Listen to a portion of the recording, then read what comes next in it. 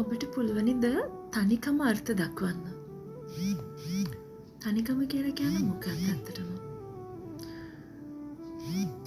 අපේ වයිබ් එකට සෙට් වෙන්නේ නැති කෙනෙක් අපි ආශ්‍රය කරන එක. එහෙම නැත්නම් අපේ වයිබ් එකට සෙට් වෙන අය අපි ළඟ නැති එක. අපි හැමෝගෙම ඇතුලේ අපි කැමති විදිහේ ජීවියෙක් ඉන්නවා. ඒ ජීවිය ප්‍රාර්ථනා කරන දේවල් තියෙනවා, විදි තියෙනවා.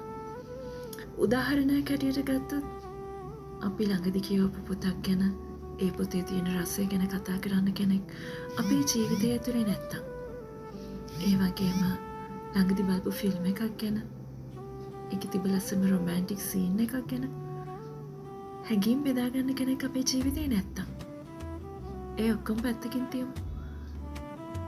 අඩුම තරම හිතන්න නැති සමහර වෙලාවල් වලට අපි කරන්න ඇතැම් මොළමුට්ටල වැඩ ගැන සාකච්ඡා කරන්න, ඒ මෝඩකම් ගැන කතා කරලා hina වෙන්න, විහිළුවක් කරන්න කෙනෙක් ළඟ නැහැ කියලා කියන්නේ තනිකමට කියන තව වචනයක් මං හිතන්නේ. මොකද අපි හැමෝම කැමති අපි වහන් ඉන්න, අපිට කතා කියන්න පුළුවන් කෙනෙක් අපේ ජීවිතය ඇතුළේ ඉන්න එක. දවසට එකම එක වතාවක් හරි ඒ කෙනත් එක්ක ජීවිතය බෙදාගන්න අපි ආසයි. එහෙම කෙනෙක් ඔබේ ජීවිතේ ඉන්නවා නම් පරිස්සම් කරගන්න. එහෙම කෙනෙක් ඔබේ ජීවිතේ නැත්නම් ඉක්මනින්ම ඒ කෙනා හමු වේවා කියලා මම ප්‍රාර්ථනා කරනවා.